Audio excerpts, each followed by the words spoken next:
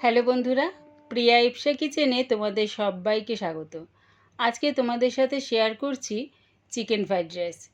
বাড়িতে থাকা কিছু উপকরণ দিয়ে দারুণ স্বাদের চিকেন ফ্রাইড রাইস কীভাবে বানিয়ে নেবে সেটাই তোমাদের সাথে ভিডিওর মাধ্যমে শেয়ার করলাম।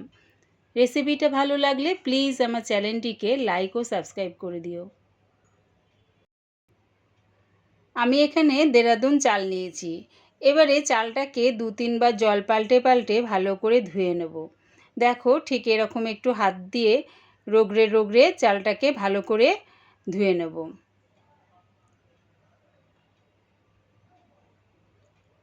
4 বার চালটা ধোয়া হয়ে গেছে। এবার জলের মধ্যে চালটা আমি 30 মিনিটের জন্য ভিজিয়ে রেখে দিলাম। 30 মিনিট হয়ে গেছে। দেখো চালটা খুব সুন্দরভাবে ভিজে গেছে। দেরাদুন চাল সবসময় একটু জলের মধ্যে ভিজিয়ে রেখে দেবে, তাহলে ভাতটা খুব সুন্দরভাবে হয়। এদিকে দেখো ডেকচির মধ্যে জলটা ফুটে গেছে। এবারে চালটার মধ্যে দিয়ে দিলাম 2 চামচ রিফাইন তেল। তেলটা দিয়ে জলের সাথে ভালো করে মিশিয়ে দেব।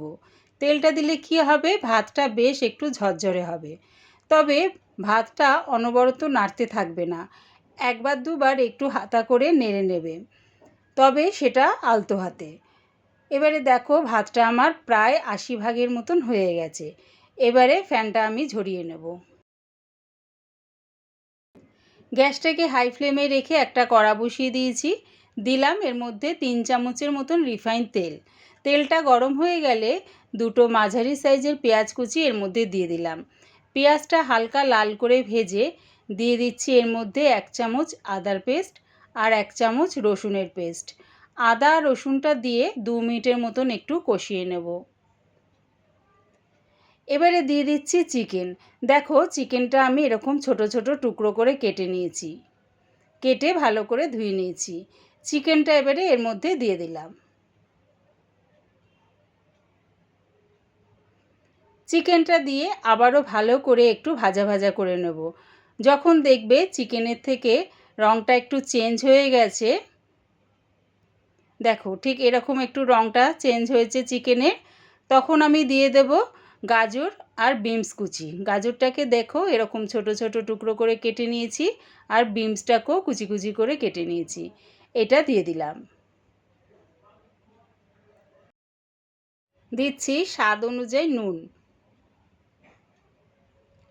নুনটা দিয়ে আমি গাজর আর বিনসটা একটু ভাজা ভাজা করে নেব চিকেনের সাথে। এবারে দিয়ে দিলাম একটা মাঝারি সাইজের ক্যাপসিকাম কুচি, আর দিচ্ছি দুটো কাঁচা লঙ্কা কুচি। সব কিছু ভালো করে মিশিয়ে নিয়ে গ্যাসটাকে মিডিয়াম টু লোতে করে এটা হতে দেব। এবারে দিয়ে দিলাম soya sauce, red chilli sauce, আর দিচ্ছি টমেটো সস। যদি রেড চিলি সস না থাকে তোমরা শুধু টমেটো সস দিয়েও এটা করতে পারো। রেড চিলি সসটা দিলে কি হবে, একটু স্পাইসি হবে আর একটু ঝাল ঝাল খেতে হবে। সব কিছু দিয়ে ভালো করে মিশিয়ে নিলাম। আমি কিন্তু এখানে সব রকম সস আন্দাজ করেই দিলাম, যতটা আমার চিকেন রয়েছে সেই অনুযায়ী আন্দাজ করে সসটা ব্যবহার করলাম। সব কিছু ভালো করে কষিয়ে নিয়ে এবারে দিয়ে দিলাম দেরাদুন রাইসটা। এবারে দিয়ে দিলাম স্বাদ অনুযায়ী নুন।